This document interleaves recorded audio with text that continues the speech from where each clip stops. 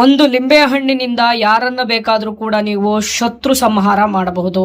ಈ ಮಾಹಿತಿ ನಿಮಗೆ ತಿಳ್ಕೊಬೇಕಪ್ಪ ಅಂತ ಹೇಳಿದ್ರೆ ವಿಡಿಯೋಗೊಂದು ಲೈಕ್ ಅನ್ನು ಕೊಡಿ, ಹಾಗೂ ಶೇರ್ ಅನ್ನು ಮಾಡಿ, ಹಾಗೂ ನಮ್ಮ ಯೂಟ್ಯೂಬ್ ಚಾನಲ್ ಅನ್ನು ಸಬ್ಸ್ಕ್ರೈಬ್ ಮಾಡ್ಕೊಳ್ಳಿ. ಕಾಮೆಂಟ್ ಬಾಕ್ಸ್ ನಲ್ಲಿ ಕಾಲಭೈರವ ಎಂದು ಕಮೆಂಟ್ ಮಾಡಿ, ಈ ಕಾರ್ಯ ನಿಮಗೆ ಸಿದ್ಧಿಯಾಗುತ್ತೆ.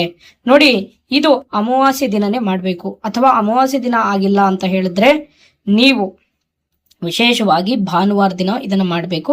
ಯಾವ ಸಮಯದಲ್ಲಿ ಬೇಕಾದ್ರೂ ಕೂಡ ಇದನ್ನ ಮಾಡಬಹುದು. ಆದ್ರೆ ರಾತ್ರಿ ಮಾಡಿದ್ರೆ ಮಾತ್ರ ಇದು ಬಹಳ ಫಾಸ್ಟ್ ಆಗಿ ವರ್ಕ್ ಆಗುವಂಥದ್ದು. ಇದು ನೋಡಿ, ಒಂದು ನಿರ್ಜನ ಪ್ರದೇಶಕ್ಕೆ ಹೋಗಿ ವೀಕ್ಷಕರೇ, ಹೋಗ್ಬಿಟ್ಟು ಒಂದು ಲಿಂಬೆ ಹಣ್ಣನ್ನ ತೆಗೆದುಕೊಳ್ಳಿ. ಓಕೆನಾ?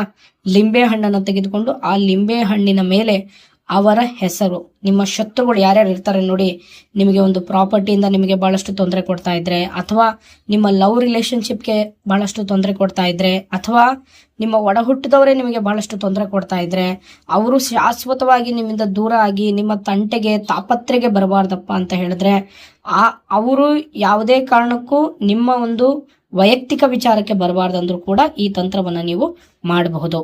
ಓಕೆನಾ? ಏನಿಲ್ಲ ವೀಕ್ಷಕರೇ, ಬಹಳ ಸುಲಭವಾಗಿ ನಿರ್ಜನ ಪ್ರದೇಶದಲ್ಲಿ ಕುಳಿತುಕೊಂಡ್ಬಿಟ್ಟು ದಕ್ಷಿಣಕ್ಕೆ ಮುಖ ಮಾಡಿ ಕುಳಿತುಕೊಳ್ಳಿ.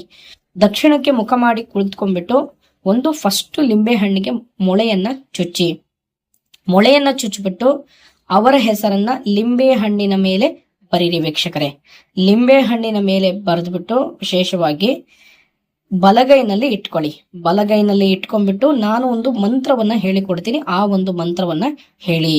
ಓಂ ನಮೋ ಅಘೋರ ಅಘೋರ ತ್ರೀಂ ತ್ರೀಂ ಶತ್ರುನಾಶಾಯ ಸ್ವಾಹ ಅಂತ ಹೇಳ್ಬಿಟ್ಟು ಲಾಸ್ಟ್ ಅಲ್ಲಿ ಅವರ ಹೆಸರನ್ನ ಸೇರಿಸ್ಕೊಂಡ್ಬಿಟ್ಟು ಬಲಗೈನಲ್ಲಿ ಇಟ್ಕೊಂಡ್ಬಿಟ್ಟು, ಈ ಒಂದು ಬಲಗೈನಲ್ಲಿ ಇಟ್ಕೊಂಡ್ಬಿಟ್ಟು ಇದನ್ನ ಹಿಂದೆ ತಿರುಗಿ ನೋಡದೆ ಇದನ್ನ ಎಸ್ತ್ಬಿಟ್ಟು ಬರಬೇಕು. ಹಿಂದೆ ತಿರುಗಿ ನೋಡದೆ ಇದನ್ನ ನಿಮ್ಮ ತಲೆ ಮೇಲ್ಭಾಗದಿಂದ ಎಸ್ತ್ಬಿಟ್ಟು ಹಿಂದೆ ತಿರುಗಿ ನೋಡದೆ ಬನ್ನಿ ವೀಕ್ಷಕರೇ. ಕೆಲವೇ ದಿನಗಳಲ್ಲಿ ನಿಮ್ಮ ಶತ್ರು ನಾಶ ಆಗ್ತಾರೆ, ಅಥವಾ ಅವರು ನಿಮ್ಮಿಂದ ಶಾಶ್ವತವಾಗಿ ದೂರ ಆಗ್ತಾರೆ. ಇದನ್ನ ಮಾಡಿ ಇದರ ಲಾಭವನ್ನ ಪಡೆದುಕೊಳ್ಳಿ. ಒಳ್ಳೆದಾಗ್ಲಿ. ಹರಿ ಓಂ.